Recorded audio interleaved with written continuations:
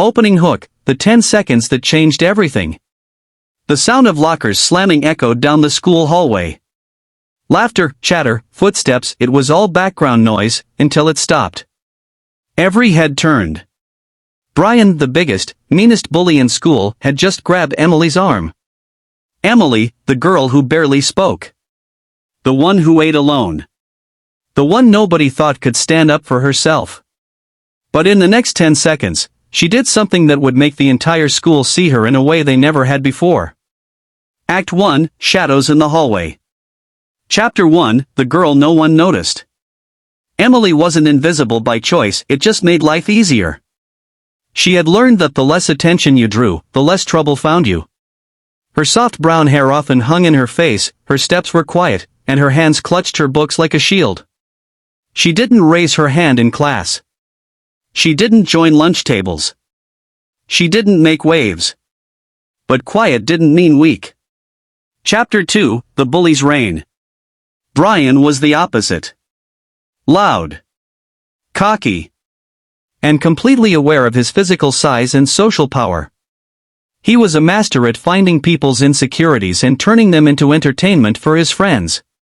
Freshman year, it was harmless pranks. By sophomore year, it was public humiliation. Now, in junior year, he was fearless about crossing the line. Emily had been his target for over a year.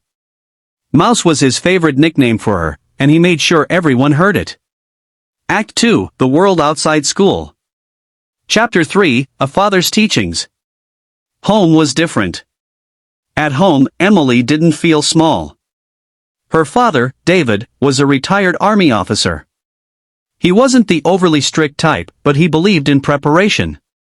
Every Saturday morning, they'd roll out the training mat in the garage. Judo throws, defensive stances, controlled breathing, Emily learned it all. David's rule was simple. You never start a fight. But if someone puts hands on you, you finish it quickly and walk away. He'd often remind her.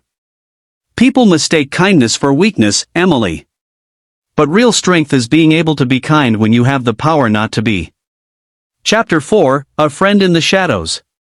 Emily did have one friend, Maya, a fellow bookworm from English class. Maya was the only one who noticed how often Brian cornered Emily, the way he'd flick her hair or block her path. You know, one of these days you're gonna have to tell him to back off, Maya said one afternoon. If I do, he'll just make it worse, Emily replied quietly. What Maya didn't know was that Emily wasn't afraid of getting hurt, she was afraid of losing control. Act 3, The Tension Builds. Chapter 5, Brian Turns Up the Heat. One Tuesday, Brian pulled the classic trip in the hallway trick, sending Emily's books sprawling. The crowd laughed. Emily knelt, gathered her things, and walked away without a word. But Brian didn't like that. He wanted a reaction. And when a bully doesn't get what they want, they escalate. Chapter 6, A Warning from Maya. At lunch the next day, Maya leaned across the table. I heard Brian talking to his friends. He's planning something for Friday. Just, be careful. Emily nodded. She already had a feeling Friday was going to be different. Act 4, The Confrontation. Chapter 7, The Grab. Friday morning. The hallway buzzed with the usual chaos. Emily walked toward her locker, trying to focus on the math quiz coming up. Then, his voice. Hey, Mouse. Where do you think you're going? She ignored him. The sound of heavy footsteps grew closer. Then, his hand clamped around her arm. The hallway went silent. All eyes were on them. Chapter 8, 10 Seconds of Shock. Emily's training kicked in. A twist of her wrist. A step to the side. Brian's own momentum sent him crashing into the lockers with a metallic bang. Gasps erupted. Brian spun around, red-faced. What the? Emily stepped forward, her voice calm but firm. Don't touch me again. She didn't yell. She didn't threaten. She simply stated a fact. Brian froze. For the first time in years, he had no comeback. Act 5, The Aftermath. Chapter 9, The Whisper Network. By the end of the day, the story was everywhere. Some said she was a black belt. Others said her dad was a Navy SEAL. Brian stayed quiet. Chapter 10, Retaliation Attempt. The following week, two of Brian's friends tried to corner Emily behind the gym. "Think you're tough, Mouse," one sneered. Emily didn't flinch. "I'm not tough. I'm prepared. There's a difference." They backed off. Word was spreading Emily wasn't to be messed with. Chapter 11, An Unexpected Conversation. A few days later, Brian approached her locker again. No smirk. No swagger.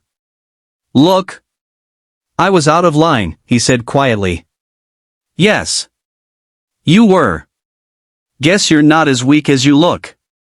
Guess you're not as tough as you act." He didn't have a response. He just walked away. Act 6, The Bigger Picture. Chapter 12, A Ripple Effect. Emily didn't suddenly become the most popular girl in school.